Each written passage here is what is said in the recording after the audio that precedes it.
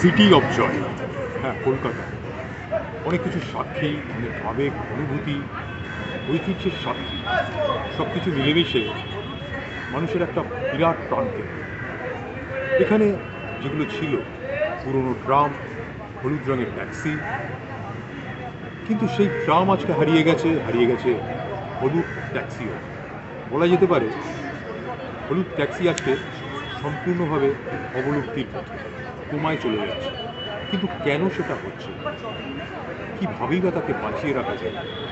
তাই এর জন্যই প্রেস ক্লাবে এক সাংবাদিক সম্মেলন আয়োজন করা হয়। প্রেস ক্লাবে এই সাংবাদিক সম্মেলনে উপস্থিত ছিলেন শান্তি দাস, শতরূপ ঘোষ, ঝর্ণা ভট্টাচার্য, জয়ন্তনারায়ণ চ্যাটার্জি এবং অন্যান্য বিশিষ্ট ব্যক্তিবর্গ। হলুদ ট্যাক্সি কেন অবলুপ্তির পথে এবং কিভাবে হলুদ ট্যাক্সিকে রক্ষা করা যায় করতে পারতেন, সেটাকে এনকারেজ করার। যে কোনো কারণে প্রশাসন বা সরকার তারাও এনকারেজ করছেন না। আমরাও যুগের সঙ্গে তাল মেলাতে গিয়ে হলুদ ট্যাক্সি চাইছি না।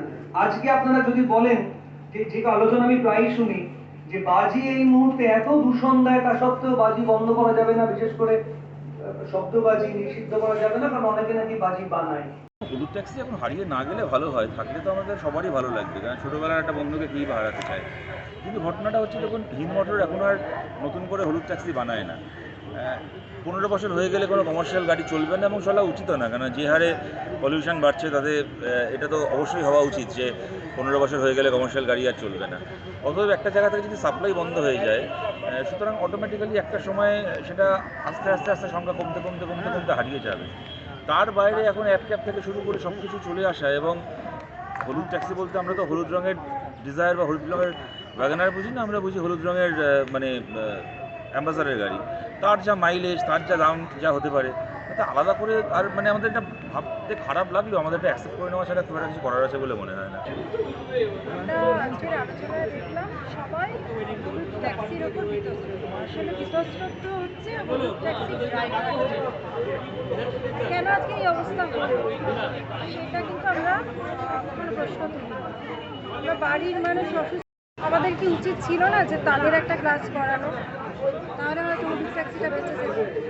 এই যে হলুদ ট্যাক্সি এত দূষণ ছড়াচ্ছে, সেইটার থেকে কী করে আমরা বেরিয়ে আসতে পারি? একে অপরের দিকে আঙুল না তুলে আমরা কীভাবে আমাদের ঐতিহ্যটাকে বাঁচিয়ে রাখতে পারি, সেটার জন্য আমাদের কিন্তু নিজেদের সচেতন হওয়া উচিত ছিল। কারণ সোনার বাংলা কিন্তু কোনো সরকার করতে পারে না, সোনার বাংলা কিন্তু পারে মানুষ, সাধারণ মানুষ। কারণ আমরাই সরকার আনি, আমরাই সরকার ভাঙি। সুতরাং আমরা যদি প্রথম থেকে চাইতাম যে আমাদের ঐতিহ্য আমরা বাঁচিয়ে রাখবো, আমরা শুধু সিনেমায়, আমরা শুধু ছবিতে হলুদ ট্যাক্সি দেখবো না, হলুদ ট্যাক্সির সাথে মায়া জড়িয়ে থাকবে। আজকে যারা হলুদ ট্যাক্সি ড্রাইভার, সেই দাদারা আজকে কী করবেন আমরা ভাববো, বা একটু মানবিক হবো, আমি থেকে আমরা হয়ে ভাববো, আত্মশুদ্ধি ঘটাবো, তাহলে হয়তো ট্যাক্সি থাকতো এবং হলুদ ট্যাক্সি দিন দিন উন্নত হতো। সব কিছুই আস্তে আস্তে বদলায়, হলুদ ট্যাক্সি বদলাতো এবং ট্যাক্সিগুলো থাকতো। কোনো জিনিসই যদি সেটা প্রগ্রেসিভ আর কন্টেম্পোরারি না হয়, মানে যুগের সাথে যদি সেটার পরিবর্তন না হয়, সেটা হারিয়ে যায়। তো স্বাভাবিকভাবে পুরো ট্যাক্সিটাকে একটু সেরকমভাবে বাজিয়ে রেখে রাখার চেষ্টাও করা হয়। আমাদের সেই জন্যই এটা আজকে হারিয়ে যাওয়ার জন্য চলে এসেছে। ট্যাক্সি প্রথমত যে একদম প্রোডাকশান বন্ধ হয়ে গেছে, ট্যাক্সিটা শুধু রেস্ট্রিক্ট করে দেওয়া হয়েছে অ্যাম্বাসেডার, যেটার প্রোডাকশান বন্ধ হয়ে গেছে। এটা তো যারা সচেতন মানুষ, যারা এনভায়রনমেন্ট নিয়েও কাজ করে, তারাও এটা 15 বছর পরে যে পলিউশন বাড়ায়, সেই জিনিসটাকে না রাখলেই ভালো। আর যদি কালারটাই ম্যাটার করে, তাহলে তো যে কোনো মডিফাইড গাড়িকেও সেই ইয়েলো কালার করে সেটাকে রাখা যায়। এবং হেরিটেজই যদি করতে হয়, এই পুরোনো গাড়িগুলো রোডটা একই রেখে ওটাকে যদি বলতে সেরকমভাবে যদি কোনো পরিকল্পনা করা যায়, তাহলে এটাকে রাখা ঠিক। আমার মনে হয় মানুষও খুব একটা সেরকমভাবে এটা ভাবে, এটা চায় না। অনেক কিছুই হারিয়ে গেছে আজকের আলোচনা সবার থেকে আমরা সেটাই বলছি। তো স্বাভাবিকভাবে মানুষ যদি চাইতো তাহলে অনেক মুভমেন্ট যেটা হয় সেটা মাস যদি চায়, তখন তাহলে কোথাও একটা জায়গা মানুষের একটা ভালোবাসার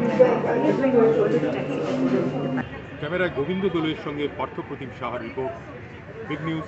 কলকাতা। বিগ নিউজ, সবার আগে সবার সাথে।